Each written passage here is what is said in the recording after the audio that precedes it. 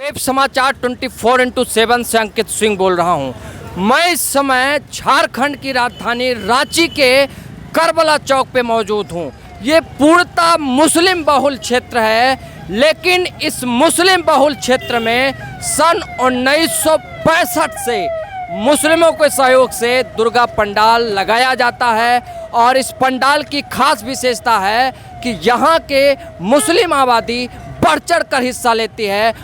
पंडाल निर्माण से लेकर के मूर्ति विसर्जन तक लोगों का भरपूर सहयोग होता है और वे हिंदू मुस्लिम के भेदभाव को भुला करके एक स्वच्छ विचार से मंदिर में आकर के पूजा करते हैं, अर्चना करते हैं। और इसी क्रम में आज मैं इस करबला चौक के इस दुर्गा पंडाल के पास मौजूद हूं और यहां के मंदिर के समितियों के द्वारा लोगों के जानने की कोशिश करूंगा कि ये दुर्गा पंडाल यहां से कब से मनाया जाता है। और इसके संयोजक अगर अप्रोच की माने तो उनका कहना है कि हम सभी हिंदू मुस्लिम के भेदभाव को भुलाकर मंदिर में एक बाल योगी की तरह पूजा अर्चना करते हैं। हमारे साथ समिति के एक अंकल जी मौजूद हैं, हम आपसे जानने की कोशिश करेंगे। क्या नाम है? क्या नाम है? मेरा नाम शंकर राम राउत है। क्या नाम? माथुर जी? शंकर राम राउत। शंकर राम राउत जी हरिजन दुर्गा पूजा मंदिर के मैं सचिव हूँ। अच्छा, आप सचिव जी हैं। ये पंडाल कब से? 1956 से हम यहाँ पर पूजा कर रहे हैं। 1956 से अब चल रहा है। जो सुनने में आया है, जो यहाँ की पंडाल की मुझे जानकारी मिली है कि ये पूर्णतः ये करबला चौक मुस्लिम बहुल क्षेत्र है और इस पंडाल का निर्माण मुस्लिमों के सहयोग से होता है। यहाँ तक कि पंडाल के निर्माण में वो शारीरिक योगदान भी देते हैं और आर्थिक योगदान देते हैं। इस विषय में क्या? खैर, ये तो अब जो बोल रहे हैं कि इस विषय में मैं यही कहूँगा कि शारीरिक रूप से ज़्यादा हम लोग को सहायता मिलती है। शारीरिक रूप से ज़्यादा सहयोग देते हैं। क्या पूजा अर्चना में भी प्रसाद वगैरह सब? ये नहीं, उन लोग आ जाते हैं, शामिल रहते हैं, खड़ा रहते हैं और भाईचारा की तरह हम लोग मिलजुल के हम लोग पूजा पाठ करते हैं। आप सुन रहे होंगे कि यहाँ के जो मुस्लिम हैं, मुस्लिम समुदाय के लोग हैं, वो मंदिर निर्माण में शारीरिक रूप से ज़्यादा सहयोग देते हैं। इसीलिए कहा जाता है जब रांची की बात होगी, हिंदू मुस्लिम एकता की बात होगी, तो ये करबला चौक का इतिहास बार बार दोहराया जाएगा। और ये धरती इसलिए कहा जाता है हिंदू मुस्लिम सिख ईसाई आपस में हम भाई भाई, यही प्रतीक है करबला चौक, ये उसका उदाहरण है। और इसीलिए पंक्ति दोहराने का मन कहता है कि सारे जहां से अच्छा हिंदुस्तान हमारा हमारा। क्यों? क्योंकि यहाँ सारे भेदभाव, जब धर्म की बात आती है, आस्था की बात आती है, देश की सुरक्षा की बात आती है, तो हम सभी धर्म को भूल करके अपने पूजा पाठ में लग जाते हैं। क्या कहेंगे? पूजा पाठ हम लोग इसलिए करते हैं कि कालिया संघ मेन रोड से लेके बहु बाजार तक एक भी मंदिर यहाँ पर नहीं है। जी जी। और सिर्फ ये दुर्गा माता मंदिर है और हम लोग का दिल ही तमन्ना है कि इस क्षेत्र में पूजा करें। जी जी। ताकि यहाँ के लोग भी नहीं बोलें कि यहाँ पूजा करने वाले कोई है नहीं। इसलिए दुर्गा माँ की पूजा करते हैं, इसमें लोग सहयोग मिलता है, हम लोग को सहयोग मिलता है और भाईचारा की तरफ मिल के चलते हैं। और जब भी यहाँ पर अजान उजान होता है मस्जिद में तो हम लोग बाजा बंद कर देते हैं, ताकि उनकी भी धर्म है, मेरी भी धर्म है। और उनका धर्म में हम लोग सहयोग करते हैं और उन लोग हम लोग को सहयोग करते हैं। जहाँ तक अगर हम हेमंत सरकार के कोरोना गाइडलाइन की बात करें तो उनका कहना है कि मंदिर में 18 साल से कम उम्र के बच्चे जिनका वैक्सीनेशन नहीं हुआ है, मंदिर में उन्हें प्रवेश न दिया जाए। इस विचार को आप कैसे? विचार बहुत अच्छी बात है, ताकि अगर ये 18 साल के कम उम्र के बच्चे लोग आ जाएंगे तो हो सकता है कि तीसरी लहर जो होने वाली है हो सकता है कि बढ़ सकता है। इसी उसको रोकथाम करने के लिए हम लोग तत्पर हैं। अगर हम उनके गाइडलाइन की दूसरी पंक्ति पे जाएं तो उनका कहना है कि मूर्ति 5 फीट से ऊंची नहीं होनी चाहिए। आप जानते हैं पंडाल के निर्माण की तैयारियां विगत पिछले 6 महीने से शुरू हो जाती हैं। जो बड़े पंडाल लगाते हैं जिनके यहाँ 12 फीट से 14 फीट की मूर्तियां होती हैं, अगर मूर्ति निर्माण हो चुका है, सरकार की गाइडलाइन अभी 15 दिन पहले आई, क्या गाइडलाइन आने के बाद उस मूर्ति को छोटा किया जा सकता है? क्या मूर्ति के साथ छेड़छाड़ की जा सकती है?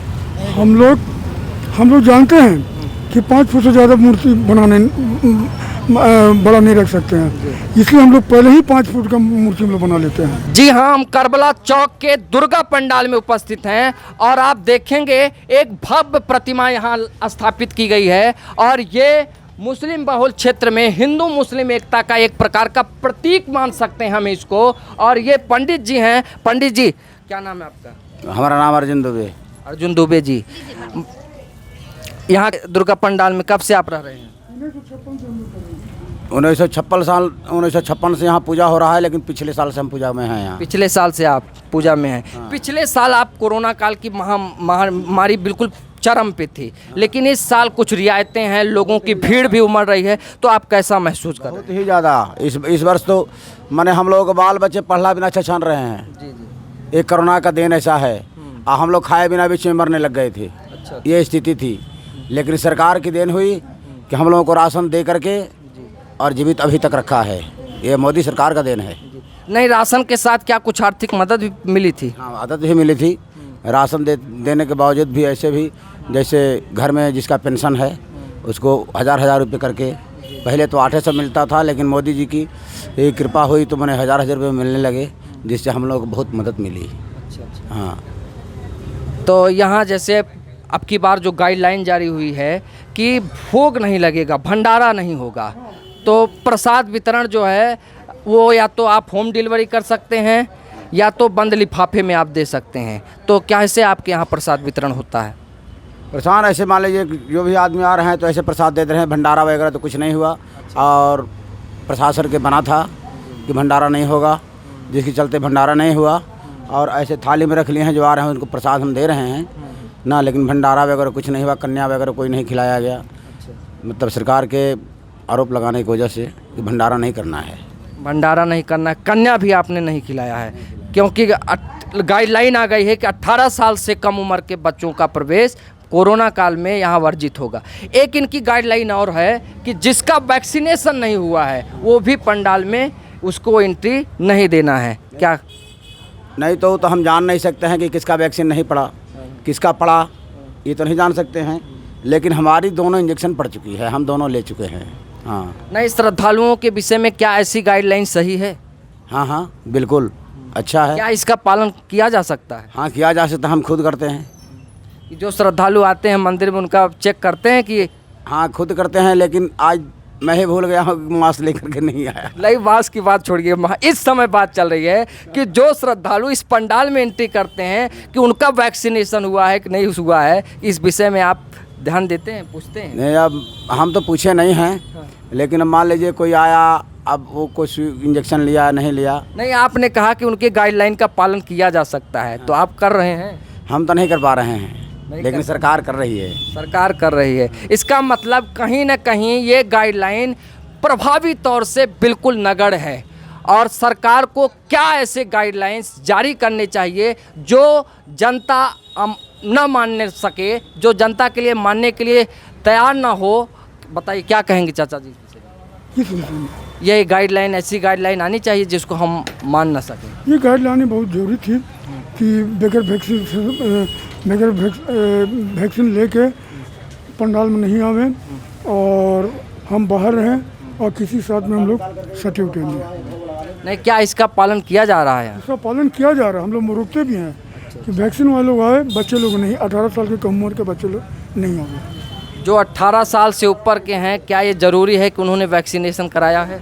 ये तो मैं नहीं बता सकता हूँ, लेकिन बोलता हूँ तो कहते हैं कि हम लोग हाँ ले चुके हैं। अच्छा, मतलब ये इनके संयोजक समिति के क्या नाम है आपका? शंकर अमरावत। किस पद पे हैं?